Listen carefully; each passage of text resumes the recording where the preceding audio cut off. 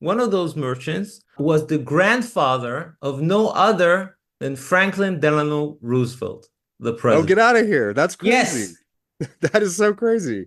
his grandfather was one of those merchants who run opium to China. Now, you can imagine that this way he got very rich, and that fortune later helped establish his grandson as a politician and as a president. Get out of here. So FDR, he was basically bankrolled through opium sales from his grandfather. That's crazy. I'm sure no one, will admit it, but there is reason to believe that that's true. That's incredible. Now just imagine, how do Chinese people conceive this fact? What do they look? If I was a Chinese person, I would think that, hey, there's a direct link between the American leadership and this plot to get China hooked on drugs. It's Right. outrageous. It's a total gangster scheme, but like a totally unethical scheme that these guys engaged in. Yeah, and then it turns out that his grandson is the president of the US. That's totally crazy.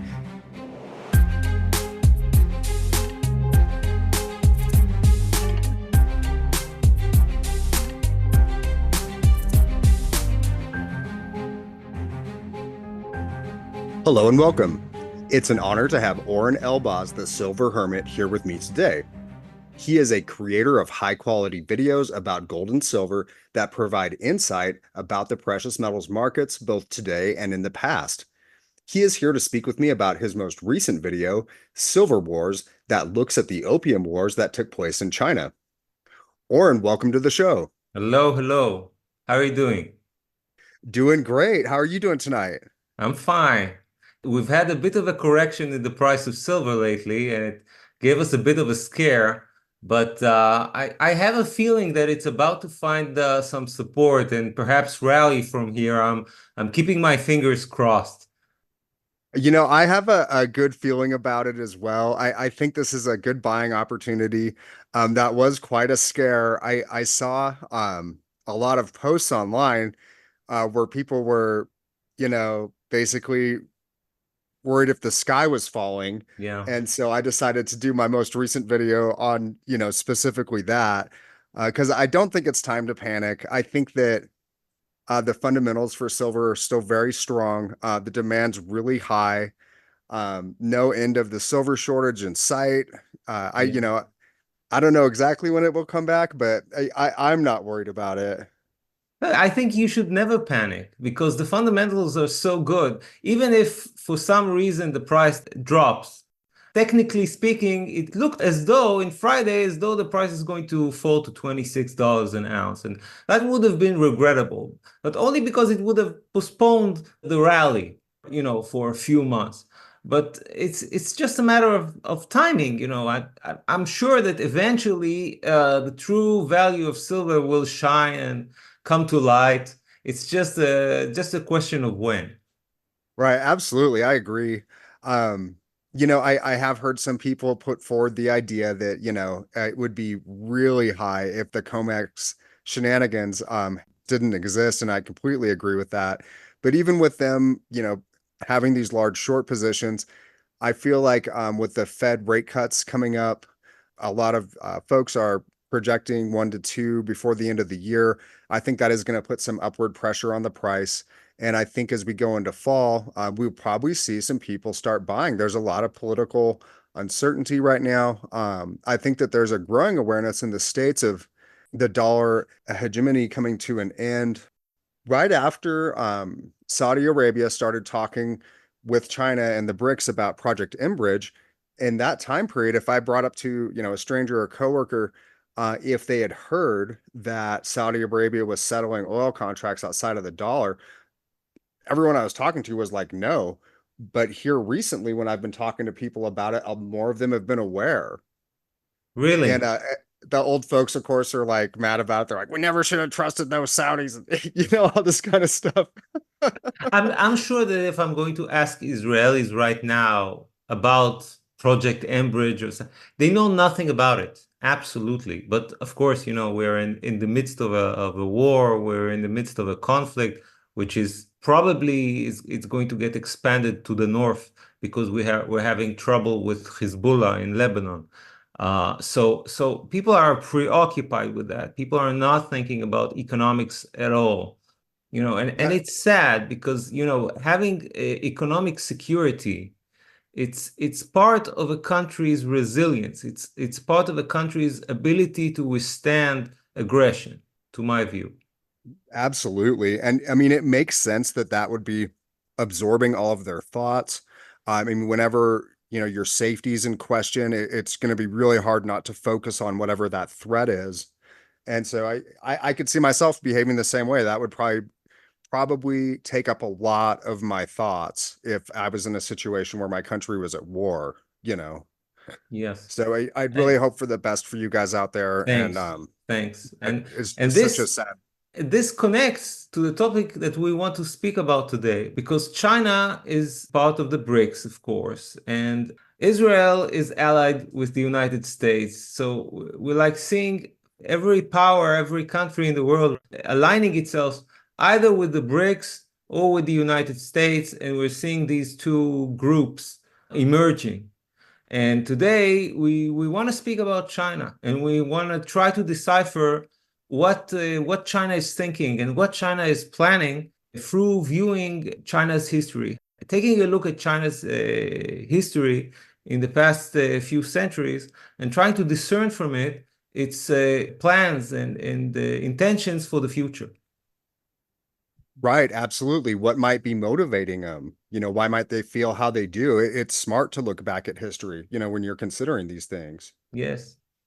And the Opium Wars, it's such a fascinating story. And that silver played a role in it as well.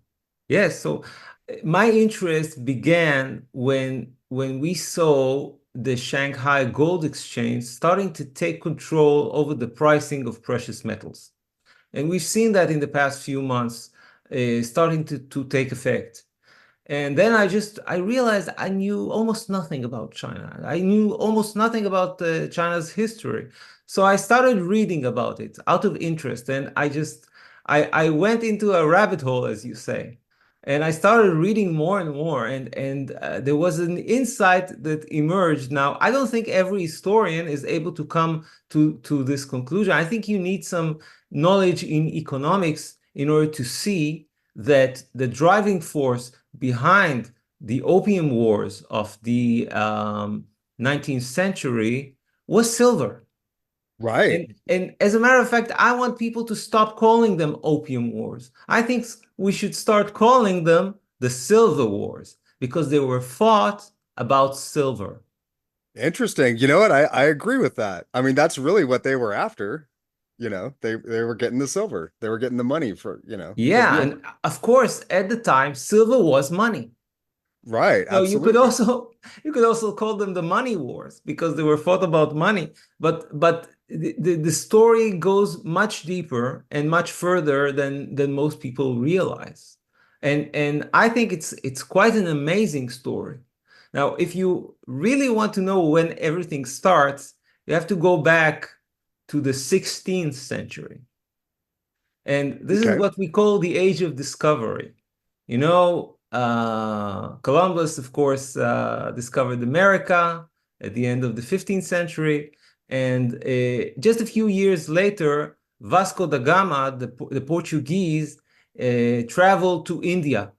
He circled the Cape of Good Hope. He found the ocean route to India.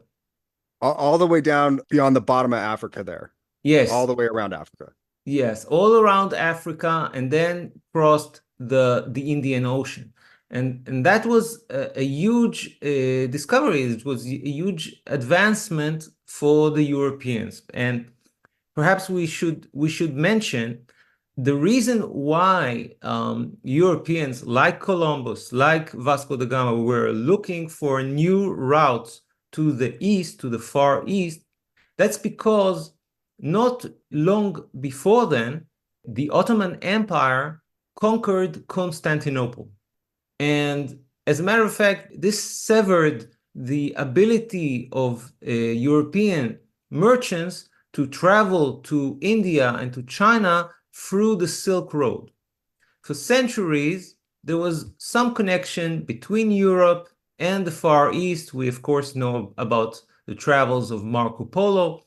There was some connection, and there were merchants bringing precious commodities from the Far East to Europe. And it all ended during the 15th century when, as a matter of fact, the Ottoman Empire, which was very hostile towards Christians, simply closed that route and didn't enable Europeans to trade with the Far East. So there was an incentive to find other routes. And of course, Columbus, when he first sailed, he didn't know that he was discovering a new landmass. He wasn't aware that he discovered America. He thought that he was traveling to India. Yeah, he was just going the other way around the world. Yes, and Yeah. that was good. That was good for the Spanish, of course, because they found an entire new land that they could conquer and they could colonize, and as we're going to see, even bring some gold and silver from there. But the explorer who really managed to find a way to India was Vasco da Gama, and this gave great power to the Portuguese, who during the 16th century they had a monopoly over the spice trade. And we should mention, nowadays we have refrigerators, so preservation of food is less important. But back in the day, black pepper was used in order to preserve food, together with salt. It was another method of food preservation. And there were other spices which the Portuguese brought from India, cinnamon and cloves and nutmeg and all sorts of new flavors which were previously unknown in the West. And suddenly they have these spices and they fetched a really handsome price back in Lisbon, in all those European cities that suddenly had, an interest in new tastes from the Right. Far Some East. exotic flavors. Exotic flavors, right. Nowadays, we're kind of spoiled. We have such a variety of food, but we have to understand that back then, the European diet was kind of bland. Just think about it. They before the discovery of America, they didn't have potatoes. They didn't have tomatoes. They didn't have peppers. They didn't have chocolate, and they Right. didn't But have bananas. vanilla, which came from Madagascar. And of Oh, course, they okay. didn't have all those spices which we mentioned from India. So food was kind of bland. So when those new flavors are introduced, like the European mind, like European culinary just explodes, and people are willing to pay handsomely for those new tastes. And simultaneously, an interesting thing happened in America because the Spanish who conquer South America, they discover a huge deposit of silver. We're talking about a specific mountain, a specific location. It's called Cerro de Potosi, the mountain of Potosi. And because such a huge silver deposit was discovered there, it gained the name Cerro Rico, which means the rich mountain. Now, That's beautiful. it's exciting, just the thought of it, it's exciting. And they say that this deposit of silver was so rich that during those centuries, it supplied, on one source I read, 60% of all the supply of silver in the world. And another source claims that it was even 80% of all the silver in the world. But we're talking about huge amounts of silver, and it made the Spanish very rich. Oh, yeah. And you know what? I would have been, I don't think too long after that when the San Jose, I don't know if you'd heard of that ship, but it was a big Spanish galleon, and they think it's the biggest treasure hoard humanity ever put on one ship. And it was a Spanish ship leaving Cartagena. And the British knew they had been loading it up for so long with all this stuff. And I think it had been postponed for some reason. And so the British knew that they were leaving with this, and they tried to take it, but they sunk it by accident. And that all that treasure is still down at the bottom of the ocean today. It's within Colombian waters, but it's like 3,000 feet deep, and it's something everybody's been drooling over since way back in the day when the Spanish were extracting all the gold and silver out of South America. Now, since gold and silver were money back then. Then the empire, the Spanish Empire, which controls that rich mountain, is essentially the world's bank. No Oh wonder yeah. then that its currency was the global reserve currency at the time. And that currency, we call them Spanish dollars. With that silver, which they mined from Cerro Rico, which is present-day Bolivia, they started minting a new type of coin, a large silver coin, high purity, 90% or more, approximately 25 grams of pure silver in each coin. This is the silver dollars that we know they exist still today. They were very ubiquitous. They existed throughout America. As a matter of fact, they were legal tender in the United States until I think 1850 something, the Coinage Act of 18. Please remind me because I Yeah, I think it was forget the year. 1857. Yeah, 1857, I think. Yeah. So these coins, they spread around because international trade was just picking up for the first time.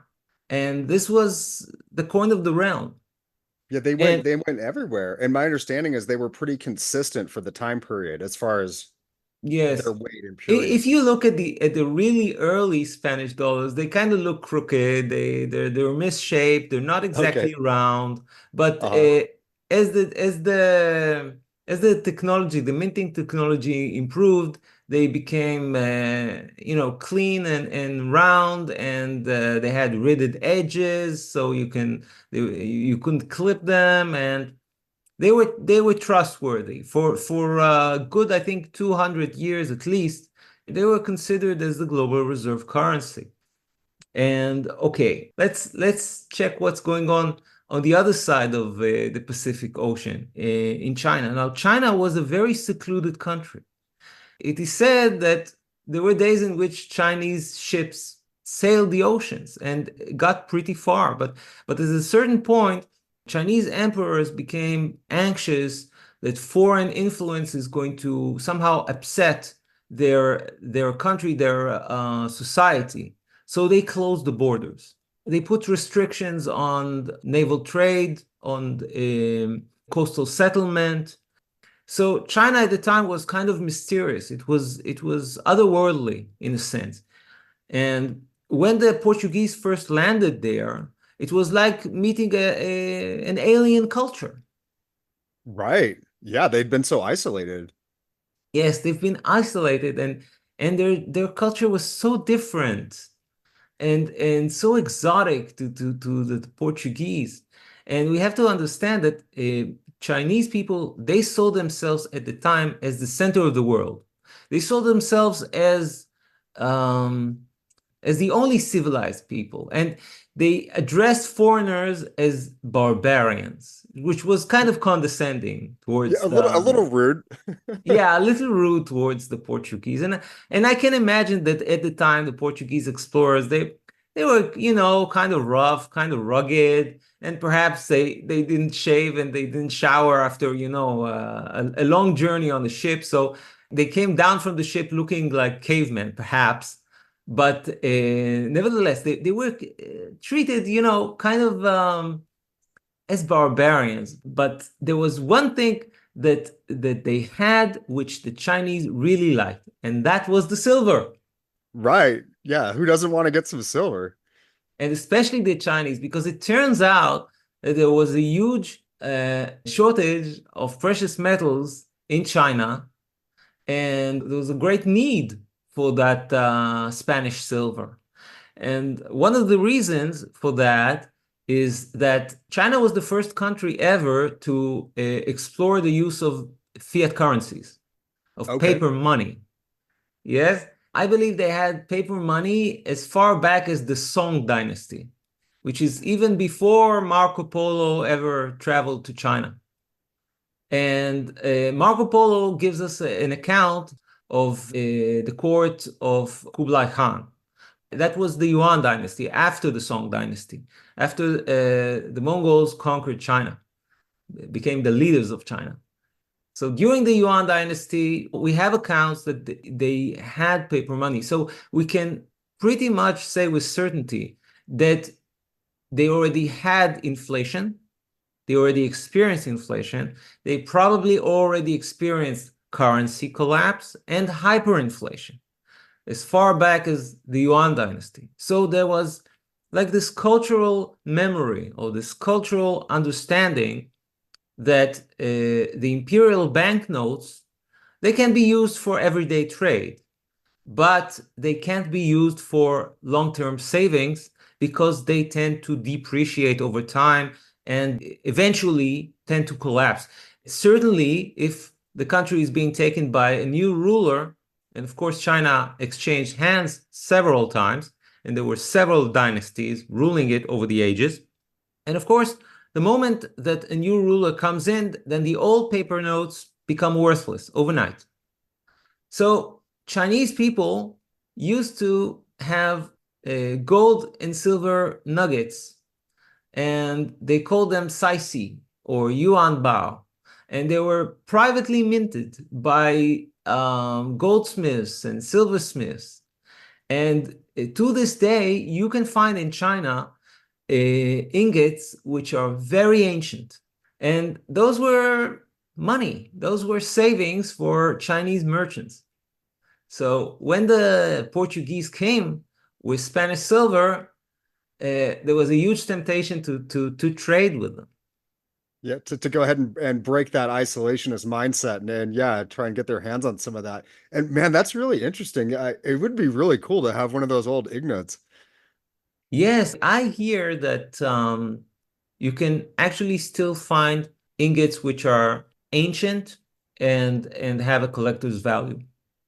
That's awesome. Yeah, I could see someone being willing to pay a high premium for one of those. There's so much history behind it. And then Yeah. especially if you're in China and it's, like your culture made this a really long time ago. I'm sure it'd be exciting to get your hands on one of those. Yes. And the Chinese at the time, they had wonderful commodities. They had silk, which the Europeans didn't know how to manufacture, and they had porcelain, also something which the Europeans didn't know how to manufacture. Those very refined, gleaming white dishes, hand painted with all those traditional decorations. It's something that this was considered high-end commodities, and then there was tea. Now, we have to remind ourselves that this is before the Europeans discovered coffee. There was a time in which Europeans, they knew nothing about this drink, but they did have tea from China. And tea has a bit of caffeine, gives you energy, and it warms you. So there was a lot of demand for tea in northern countries. So there's huge demand in Europe for Chinese commodities. And on the other hand, there's huge demand in China for Spanish silver. So the international trade just blossomed during that time because the two cultures complemented each other. That makes sense. And they were known for being tea drinkers in Britain for a long time. So that really stuck with their culture too, once they got it. And yeah, it would be nice to get a nice warm drink for a change when you're in a cold climate zone. Yes, definitely. So the Portuguese, they wanted to set up a trading post. They leased a place, they were given a place called Macau, and they paid for it with silver. Of course, silver bought you almost anything. They were allowed to trade with the merchants of the city of Canton. Canton, of course, is the European name for a city which is now known as Guangzhou. It was a Okay. port city at the mouth of the Pearl River. And since the Chinese didn't want to have too much dealings with Europeans, they were allowed to trade only there, but not to travel any further inland. It was just a way to restrict them. So we don't mind if you come here, and we don't mind if you trade with us, but don't go any further inland because we don't want your influence. And particularly, they didn't want the Christian faith. It's one of the things that they were fearful of. And as we're going to discover, they had good reasons to be fearful of Christianity, which is, tends to proselytize, tends to spread. Right, absolutely. They want to get the word out, and yeah. Yeah, they just, we want your silver, but nothing more than that. I think that was their mindset at the time. And, for a while, this system flourished. And at a certain point, the Ming dynasty was overthrown by the Qing dynasty. But the foreign policy remained the same. Please stay in Canton, come to Canton, you can stay there. They gave them a strip of land. You can set up your warehouses there. Those warehouses were named factories. And for a time along the river, you had those buildings, and each one of them, belonged to a different Western power. You had the British factory and the French factory and the American factory later, and each of them had his own warehouses, but there were huge restrictions on them. As we said, they couldn't travel any further into the mainland. Also, they were discouraged from learning Chinese because the authorities didn't want them to be able to communicate with the rest of the people. So it was prohibited to teach the Europeans how to speak Chinese under the penalty of death. Quite Oh, amazing, wow. isn't it? That is Yes. crazy. Yeah, that's Yeah, I crazy. had no idea. And they didn't allow them to bring their wives with them. And the thought was that this way we're going to prevent them from settling permanently in China. That makes So, sense. yeah, we want those traders, if European traders, if they want to come and do business, we don't mind. If they want to stay for a year or two, that's fine. But eventually, if they want to have a family and they want to settle down, they'll have to go back to their countries. Right. Yeah, they'd be forced to leave at some point. So that was pretty smart of him to make sure Yes. they didn't like establish a colony, so to speak. And there was another restriction. They couldn't trade with anyone. They could only trade with a select number of Chinese trading companies Oh, okay. who were called the Kohong. You can think of them as a cartel. They were appointed by the emperor. They were the only ones who were allowed to trade with the Europeans. Now, we both know what happens when you set up a cartel. Prices go up because, Oh, of yeah. course, just imagine what happens to, let's say, a British trader or a French trader that wants to buy silk. He can't buy it from anyone. He has to buy it only from the Kohong. And that means that they can, coordinate prices and demand a higher price than any Chinese person would buy silk. That makes sense. Absolutely. They'd have the Yeah. market cornered. So just imagine that the British were a rising naval power. We're talking about the 18th century. It was a nuisance to them. They wanted free trade, Right. Yep, that'd be much better for them. Absolutely. but they couldn't get it. And there's a very interesting thing that happens towards the end of the 18th century. Mind you, that's after the American Revolution and after already, the British lost control over America, over the American colonies. They run out of silver, as it turns out. That it was roughly at that time that the mines at Potosi were depleted. Of course, they weren't entirely depleted. To this day, people are mining silver in Potosi, and they say that that mountain perhaps has another 2 billion ounces lying deep inside the ground because it was such a huge deposit. But in the methods, the primitive methods that existed at the time with, manual workers, manual miners, Yeah, just going in there with pickaxes. yeah, and carrying bags of ore on mules down the mountain to the city of Potosi, where they could be, extracted and refined. So in the methods that existed back then, they pretty much depleted everything they could extract out of that mountain. Interesting. Yes, and again, Europeans again had a shortage of silver. They couldn't afford anymore to pay for all those Chinese commodities, which they grew accustomed to. Right. Yeah, probably nearly addicted to. Yeah, it was such a new Definitely. and great thing for them, you know? So they were thinking maybe we can find other commodities which the Chinese will be willing to accept in exchange for tea and porcelain and silk. And King George III, yeah, the same King George who fought the colonies. That's interesting. Yeah, that's the same guy. He sends an embassy, a delegation to Beijing, ostensibly in order to present the Chinese emperor with gifts. And, the Chinese emperor is always willing to accept gifts. It was, a sign of respect from the barbarians. But Right. yeah, the British, they were interested, trying to get the Chinese emperor interested in British commodities that perhaps they can trade with them, and perhaps they can loosen the restrictions on trade. But the Chinese emperor, specifically, he was named the Qianlong Emperor. And he didn't play along, Qianlong. Yeah, he didn't play along because he wasn't impressed by them. He received the gifts and he sent back a letter which was pretty condescending to the British monarch, telling them, we have plenty of stuff here. We have everything in abundance. We don't need your stuff. We don't need your commodities. Like, leave us alone.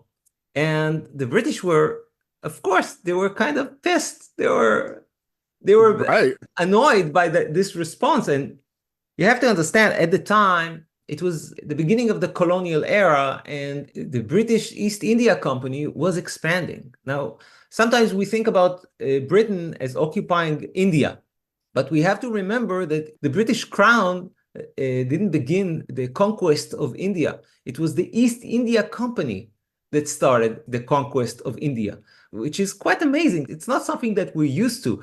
But the East India Company, although it was just a corporation, yes, it had an army of its own, a huge army. It had like 200,000 soldiers.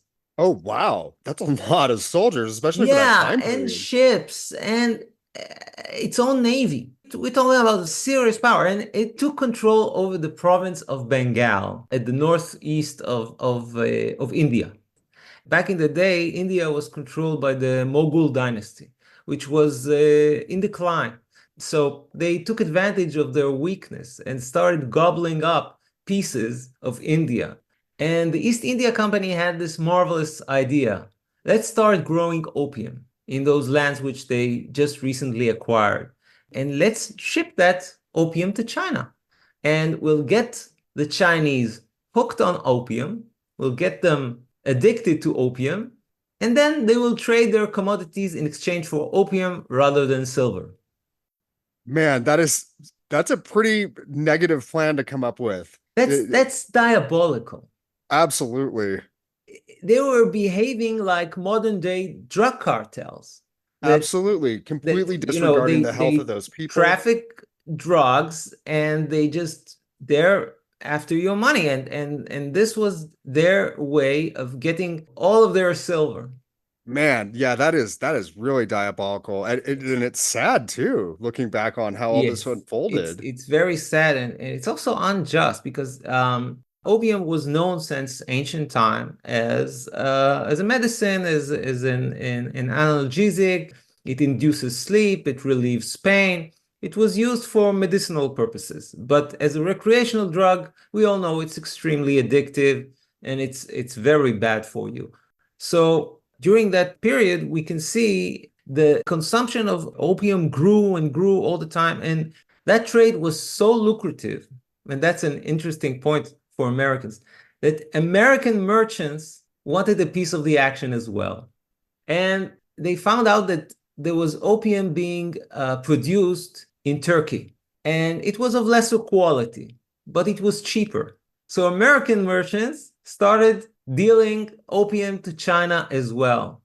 Interesting. So America was directly involved in these sales as well. Yes. And And just another mhm. interesting fact. Now, one of those merchants was the grandfather of no other than Franklin Delano Roosevelt, the Oh, get president. out of here. That's crazy. Yes, That is so crazy. his grandfather. was one of those merchants who run opium to China. Now, you can imagine that this way he got very rich, and that fortune later helped establish his grandson as a politician and as a president. Get out of here. So FDR, he was basically bankrolled through opium sales from his, his grandfather. That's crazy. I'm sure no one, will admit it, but there is reason to believe that that's true. That's incredible. Now just imagine, how do Chinese people conceive this fact? What do they look? If I was a Chinese person, I would think that, hey, there's a direct link between the American leadership and this plot to get China hooked on drugs. It's Right. outrageous. It's a total gangster scheme, like a totally unethical scheme that these guys engaged in. Yeah, and then it turns out that his grandson is the president of the US. That's totally crazy. And of course they do probably harbor a grudge over this. You mentioned in the video that they refer to this as the age of humiliation. Yes. So they remember, and they're not happy about what happened, They call it a century of humiliation, but the century of humiliation is just about to begin. Now, what happens is that it was in 1839, the Chinese decided to put an end to that opium trade, and they seized a large amount of opium for British traders, and they destroyed it. Oh, okay. And the British, they were so incensed by it. How dare you destroy our opium? So they decided to go to war. They sent a navy to wage war against China. That's the first Opium War. And the British were more technologically advanced than them. They had better ships, they had better guns, and they quite easily, although they were greatly outnumbered, of course, the Chinese army was much larger and they had many ships, but they just destroyed them very easily. A relatively small navy very easily overwhelmed the Chinese defenses, take control over several port cities, and bring the Qing Empire to its knees. Right. Yeah, I mean Yeah. their boats were no joke back then. I mean, whether they were fighting with the Spanish or whoever, they were a very dangerous navy. Yeah, at the time they had the best ships in the world and the best gunners, I suppose, and the Chinese were no match to them. And they were defeated very easily. And within a few years, the Chinese surrendered. And in order to get peace, they signed a very, very humiliating agreement. It's called the Treaty of Nanjing, in which they agreed to pay reparations, millions of ounces of silver as reparations. Oh, And okay. they ceded the island of Hong Kong to British rule. Right. And this is how Hong Kong became a British colony. Of course, they had to agree to allow free trade with Britain, which meant that the flow of opium would continue uninterrupted. What a nightmare for the Chinese in that Yeah, situation. just put yourself in their shoes. They want to ban the use of this substance, but they can't. They can't enforce their own laws. And now just imagine for a second that the drug cartels in Mexico were so military powerful that they could conquer a few American cities and, beat the United States and force the United States to accept their drugs. Right. How would that make you feel? Oh, very small. I mean, you would feel so defeated, and then of course they did it to drug the general population. So they have these awful intentions. You would definitely want these people out of your country. You'd see them as monsters, Yeah, Yeah. that would be a terrible situation to have to live through. Yes, and that was what we call the beginning of the century of humiliation, because China had a terrible time ever since then. They had other defeats. For instance, in 1850, not long after, there was a rebellion. There was a Chinese convert to Christianity. His name was Hong Chiu-Kwan, and he invented this sort of his own version of Christianity. It wasn't exactly traditional Christianity, let's put it this way. Oh, He interesting. he presented himself as the brother of Jesus, Oh, no way. Crazy. as though he was the son of God as well. That's And interesting. I didn't know that guy did that. I never heard about it until recently.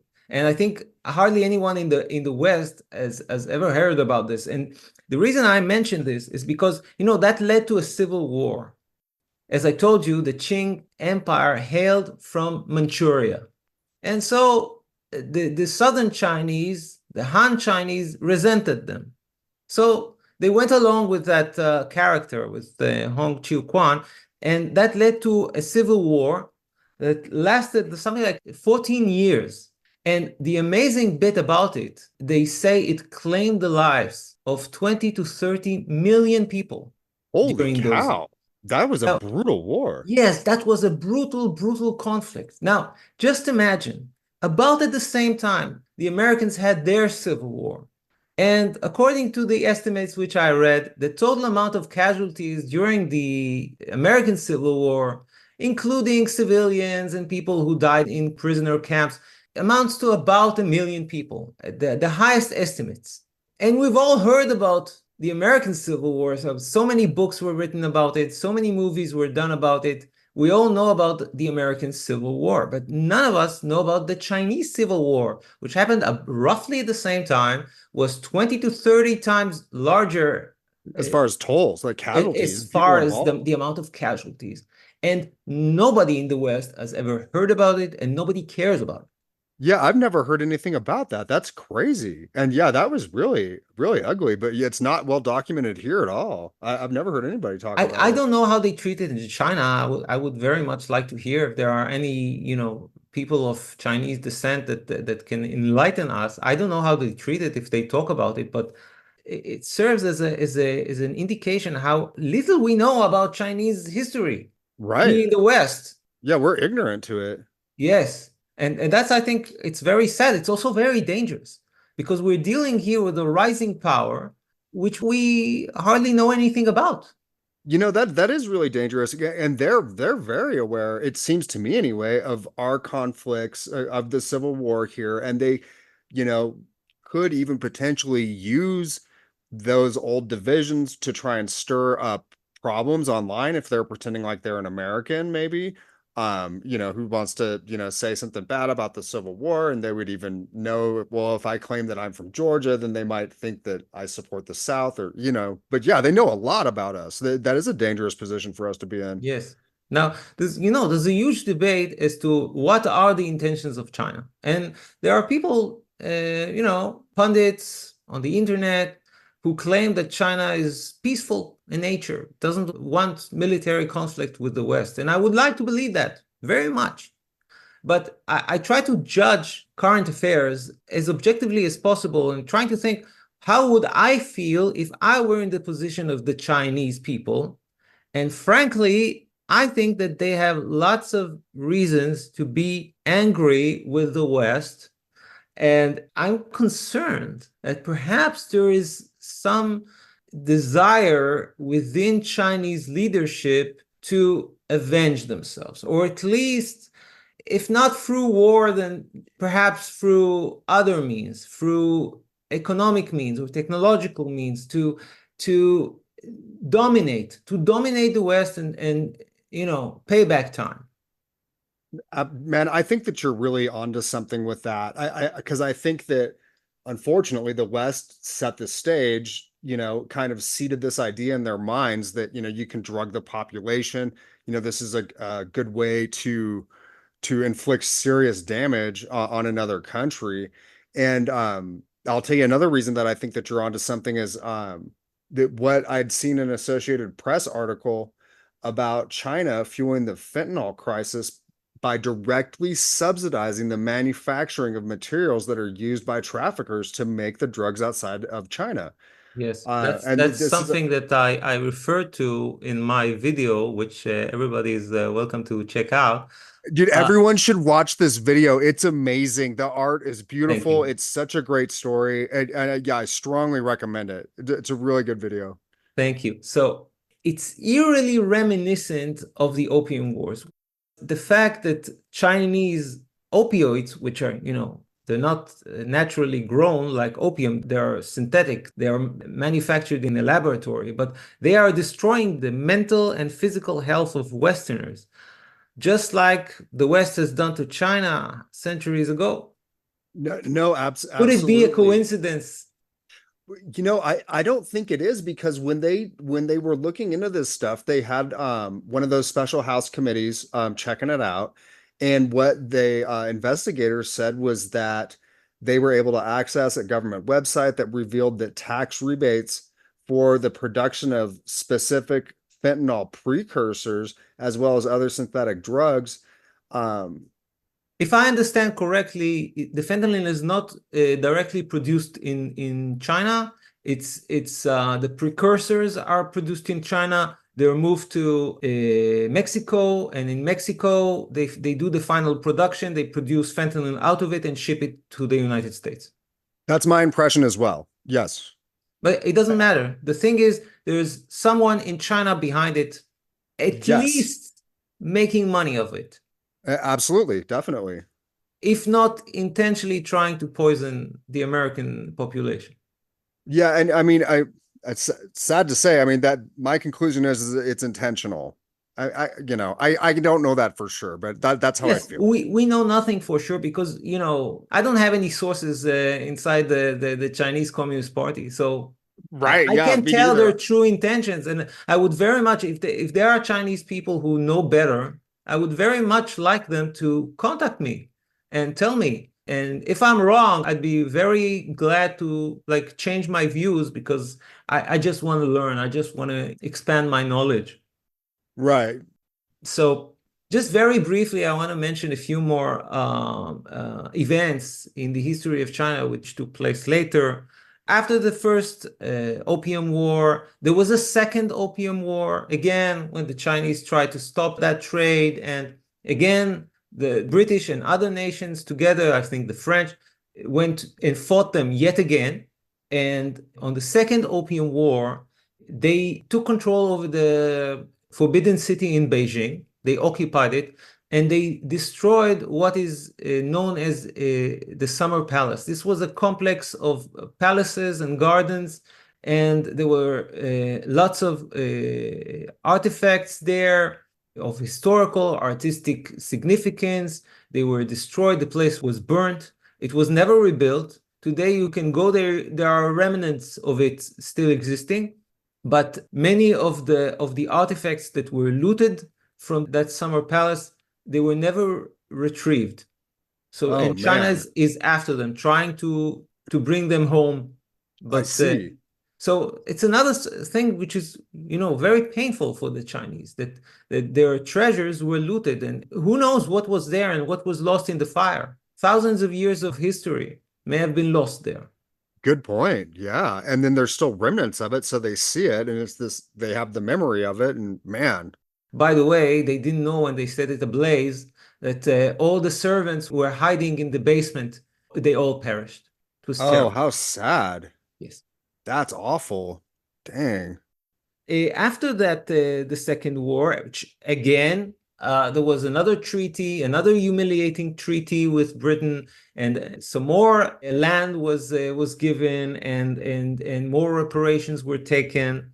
And the emperors at the time, they tried to modernize the country, but that was largely a failure. They didn't manage to adopt Western technologies so easily. And okay, and this is how we Interesting. arrive at the 20th century. And the 20th century was just as brutal for the Chinese people as the 19th century, because in 1911, 1912, they had a revolution. The emperors were overthrown. Oh, And okay. yes, and the Chinese wanted at the time, they wanted democracy. They established a republic of China. Oh, gotcha. Yes. Yes, as of 1912, there was a republic, but it wasn't peaceful because there was infighting between the republic and communist forces who started emerging at the time. Interesting. And then we arrived at another misfortunate event, which at the time Japan was becoming aggressive. As we all know, it ended with World War II. But even before World War II, the Japanese invaded Manchuria. They just took control over that northern region, and the Chinese were powerless to resist. And later, in 1937, the Japanese started advancing further into China. And this is something which many are not aware of, but while World War II was raging, the Japanese committed atrocities in China.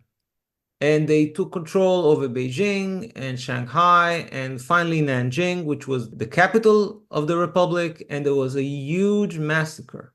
A very brutal massacre took place in Nanjing. And to this day, there is animosity between China and Japan because the Oh, Japanese committed atrocities in China. that's interesting, and it's really not talked about that much. The animosity is clearly there. Um, yeah, I used to watch the Bruce Lee movies when I was young, and sometimes they would make comments about, Japanese people in the Bruce Lee movies. Um, so I remember as a teenager being like, whoa, they really don't like Japanese people, but I Yeah. didn't know about all these awful things that happened, you Yes. know? There was amazing brutality at the time. I don't know exactly what happened there, but it is evident that the Japanese dehumanized the Chinese, uh, much like the Germans did to my people, to Jewish people. Gotcha. Yes, there They was they terrible, terrible cruelty and terrible stories emerging from that time. And there was a temporary alliance. The communists and the Republic forces, they stopped fighting in order to, unite against their common enemy, the Japanese. And that was the only time which China received any assistance from the West. It was during World War II, so they can fight the Japanese. But of course, we know why, because the Americans were at war with the Japanese as well. So the Chinese became their allies. right. My enemy's enemy is my ally. Yes. But of course, war ends, and again, no peace because the conflict between the communists and the Republic continues. And finally, the communists have the upper hand, and the army of the Republic, headed by Chiang Kai-shek, eventually retreats to the island of Taiwan. So that's the last remnants of the old like republic. Exactly. And There, now this is something that people really need to understand because to this day, Taiwan claims to be the legitimate government of whole of China. It's not just that they want to be an independent country. They claim to be the legitimate rulers of the entire Chinese mainland. yeah, they consider themselves to be the true government, the legitimate government The that legitimate was government. overthrown. But China, the Communist Party in China is so powerful and has become so powerful over the years and has such deep ties with the West that little by little, people in the West are coming to terms with they'll have to let China take over Taiwan because China sees Taiwan as a constant challenge to its authority, to its sovereignty. It's not just a territorial matter. They need to take over Taiwan in order to end this conflict, which began, over a century ago. It's insane. It's gone on for so long, and it's such an interesting story that they still exist. The republic government still exists in a tiny little form on Taiwan. Yes, but it exists only because it receives support from the United States. Right, absolutely. So Taiwan is like a thorn in China's side. They'll never give it up. You have to understand it. Now, I'm not justifying it because I understand that, there are Taiwanese people who were born there, who know nothing other. They want to preserve their culture. They want to preserve their democracy, if they have one, or republic. I'm not very familiar with Taiwanese politics, but they certainly don't want to be taken over by communist China. As the United States is growing weaker, its ability to protect Taiwan is waning. If China was to, for instance, launch an assault on Taiwan right now, I'm not sure the Americans would go to war with China over Taiwan because I'm it not would, sure either. I mean, it's so close to China, and I'm not sure how quickly they would overrun it. I mean, would it be a matter of hours? I mean, because the Chinese, communist Chinese military now, I mean, it's a big, giant, strong military, and yes, we're talking about a small island. yes, and it's But, in their backyard. oh yeah, right off their coast. I mean, it doesn't seem like it would take very long for them to get control of that island. I think they would rather unite with Taiwan peacefully. Of course, it makes sense that they would try to do that diplomatically. Well, But absolutely. Otherwise, you'll end up with this population that's very disgruntled. If it was ugly, the survivors. yes, they would like to avoid a military conflict. I can say that with confidence. But so long as the Americans continue to support Taiwan, I think they can't do that because so long as Taiwan has the American back, it won't submit to China.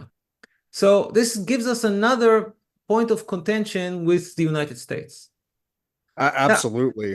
now, just let's try to imagine. Let's, for instance, imagine that the Americans give a nod, a secret nod behind the curtains to China. Okay, we're not going to defend Taiwan, and so long as you do it peacefully, you can reunite with Taiwan. The same as happened in Hong Kong. The British gave up Hong Kong, and the Portuguese gave up Macau during the 90s. And perhaps let's say that America gives the okay for mainland China to take over Taiwan. But will it satisfy China? Or will it be considered as a display of weakness, which will only, entice China to try and take over more territories in the region? It's They hard to see that say. once you surrender one territory, it like opens up the ability to go on. Now, the big question is what the Chinese authorities are after. Because if they're after peace, then I don't think there's any further need for military conflict. But as I said, we don't know what they're thinking. We don't know what may happen. Of course, I pray for peace. I always pray for peace because I believe that's the correct way for humanity to conduct itself. Yeah, I'm with you on that. I'm a proponent of peace as well. But And the famous saying is, "He who wants peace should prepare for war." yes, You see what I mean? If you want peace, you need to be vigilant. You need to be powerful. You need to project power. And then everyone respects you, and then you can avoid the conflict. Through being yeah, powerful, you can bring peace. when you're a legitimate threat, your peace talks will likely be taken more serious. Yes. Speak softly and carry a big stick. Another Yes, saying. that's a great Famous. saying. I think it was said by Teddy Roosevelt. Interesting. Yeah, I think that's his saying. I think Yeah, well, so. I can't I, remember for sure, but I think so. I'm sorry to say, but if I look today at the United States, they speak loudly and carry a very small stick. It is unfortunate how boisterous our government has become, and then doing things that weaponizing the dollar, Yes, freezing Russian assets, like that's all really ugly stuff. And yes, yeah, that's speaking loudly and not really bringing much force to the table at this point. yes. And that doesn't promote trust and faith in the United States as an impartial arbiter. Well, Oren, thank you so much for coming on to discuss your video. You guys, please check out Oren's channel. I'm going to leave a link to the video in the description. I'm going to leave a link to his Twitter profile in the description. The video is amazing. So please check it out. Check out Oren on Twitter. He provides a lot of insight to the markets, and it'll Yeah, be and some well worth your technical time. analysis too. Absolutely. Thank you for having me. I always enjoy our discussions, and I hope for many more in the future. All right, well, have a great night, Oren, or a great morning for you. Thank you for listening to the Silver Hermit podcast. If you like this content, please donate. in the link which appears in the description below. Please subscribe to this channel and share it with your friends and family. Hit the bell icon to be notified whenever I release a new video. Remember, I'm not a licensed financial advisor. This video is intended for general informational purposes only and should not be regarded as investment advice. Before taking any investment decision, please consult with a professional financial advisor who may assess your personal investment objectives and needs.